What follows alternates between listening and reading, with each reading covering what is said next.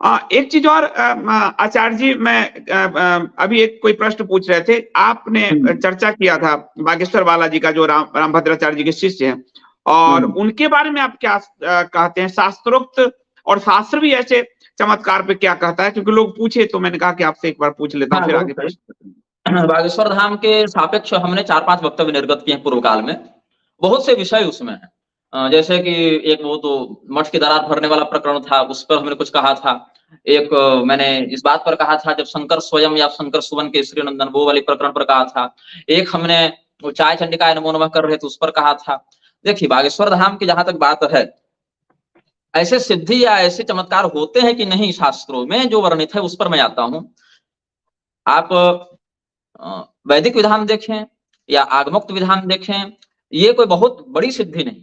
सिद्धियों की अगर बात करें, सिद्धियों की श्रेणी में आप हनुमान चालीसा देखें, अष्ट सिद्ध नवनिधि के दाता अस्वर दीन जानकी माता, अष्ट सिद्धियां, अष्टादश सिद्धियां जो श्रीमद् भागवत में वर्णित हैं, 32 सिद्धियां जो आगम शास्त्र में वर्णित हैं, योगज उसमें मिला दे, योगज सिद्धियां तो उसमें 64 हो जाती हैं। अथवा व्यक्ति की प्रत्येक कल्पना जब साकार हो जाए तो उसके लिए एक सिद्धि का अवलक्षण बता देता है। ये भी तो ये जो इनके पास सिद्धि है, जहां तक हमारा साधनात्मक अनुभव रहा है, कुछ लोग आरोप लगाते हैं ये कर्ण पिशाचिनी की सिद्धि है, जिससे हम सहमत इसीलिए नहीं है क्योंकि सामान्यतया कर्ण पिशाचिनी का स्वभाव, ऐसे तो कर्ण पिशाचिनी भी एक प्रजाति है, वो भी कोई एक देवी नहीं है, उसमें कई प्रजातियां होती हैं, उसमें 99% तो गड़बड़ी है। एक आध कोई कर्ण पिशाचिनी सात्विक श्रेणी की होती है, जो कश्मीर में उसके कुछ साधक थे, काश्मीरी मत में वो मान्य है।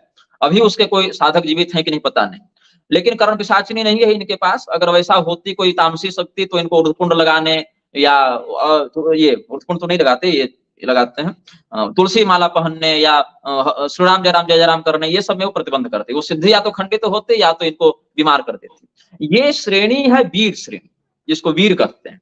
कहीं 52 वीर की चर्चा है, कहीं 26 की चर्चा है, कहीं 64 की चर्चा है। उसमें बहुत प्रकार के वीर होते हैं, हनुमान वीर है, नारसिंह वीर है, ढकेलिया वीर है, गोगा वीर है, शैतान वीर है, बहुत तरह के वीर होते हैं। कुछ सात्विक हैं, कुछ राजसी हैं, कुछ तामसी हैं। तो इनके पास जो वीर है, हो सकता है वो हनुमान जी की श्रेणी का वीर हो। अब हनुमान जी का अर्थ ये नहीं कि सीधे हनुमान जी आकर बता रहे हैं। हनुमान जी के पास सप्तकोटि महामंत्र मंत्रता वयव प्रभु, प्रभु हैं। प्रभु किसको कहते हैं? जिसको प्रभुत्व जिसका हो, सृष्टि स्थिति संहार क्रिया में जो दक्ष हो, वह प्रभु इस नाम से परिलक्षित होता है। और हनुमान जी जो हैं वो 7 करोड़ मंत्रों को साधने वाले देवता हैं, अकेले। सप्तकोटि महामंत्र मंत्रता अवयव प्रभु, ये नहीं कि कोई सिद्धि, उनके शरीर का दिव्य अवयव ही मंत्रात्मक है। हनुमान जी के पास इतनी फुर्सत नहीं है कि कौन व्यक्ति गोभी की सब्जी खाया और कौन व्यक्ति बैगन की सब्जी खाया और कौन व्यक्ति मुकदमा में जीतेगा कि हारेगा, ये बताते चले। उन्होंने 7 करोड़ मंत्रों को सिद्ध करने के बाद एक को पकड़ा, राम। राम तत्व पर केवल निष्ठा रखे। हाँ, अब होता क्या है, बड़े देवताओं के बहुत से सेवक होते हैं, बहुत से उनके पार्षद होते हैं, उनके गण होते हैं। भगवान विष्णु है, उनके हजारों हजार लाखों लाख पार्षद हैं। भगवान शिव है, उनके हजारों लाख पार्षद हैं। भगवती है, उनके हजारों हजार लाखों योगिनियां हैं, भैरव गण है, सब हैं। हर देवता के होते हैं। गणेश जी के 50 प्रजातियों के विनायक हैं, एक एक प्रजाति में कितने हैं। तो हनुमान जी की श्रेणी में जो वीर स्तर के इनके साधक, कोई साधक है, मान लेते हैं हमें ही हैं, हनुमान जी की साधना करते करते, उनकी भक्ति करते करते हम मर गए, हनुमान जी की कृपा प्राप्त हुई, उनका सानिध्य, उनका लोक प्राप्त हुआ, उनकी सेवा करने लगे। अब कोई दूसरा व्यक्ति अगर हनुमान जी की आराधना कर रहा है ऐसे सिद्धि के लिए, तो हनुमान जी ने कहा देखो भाई, तुम जाकर हमारी इस भक्त का काम बना दिया करना।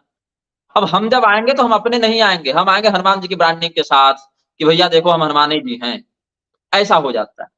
तो ये जो सिद्धि इनके पास, ये हनुमान जी के विभाग की कोई वीर स्तर की सिद्धि हो सकती है, लेकिन एक व्यक्ति के विषय में एक दिन में 3 बातों से अधिक बताने का सामर्थ्य नहीं है। हाँ, ये जरूर है कि इनकी मीडिया मार्केटिंग बहुत अच्छी हुई।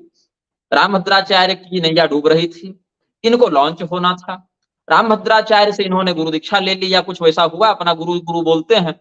इनकी जो अनुयायी थे, चमत्कार के जो चकाचौंध में जो चल रहे थे, वो रामभद्राचार्य के समर्थक बन गए। और रामभद्राचार्य के पास जो पॉलिटिकल पावर था, मीडिया नेटवर्क था, वो इनको मिल गया, तो दोनों का बाजार चमक गया। हाँ, ये अवश्य है, धीरेन्द्र शास्त्री की एक अच्छाई एक बुराई, दोनों पर मैं अच्छाई यह है, अभी तक जो देखने को मिला है, उन्होंने अहंकार का प्रदर्शन मेरी जानकारी में सार्वजनिक रूप से नहीं किया। एक व्यक्तिगत में किसी को कहा है कि हाथ मत लगाओ, ये करो वो करो, बाद में किसी शेख या मुसलमान के साथ हाथ में हाथ डाले देखे गए हैं, उनका चित्र भी है मेरे पास। और वनवासियों के मध्य श्री राम कथा कहने का जिन्होंने निर्णय लिया बहुत समादरणीय है, हम उसका समर्थन करते हैं उस कृत्य का।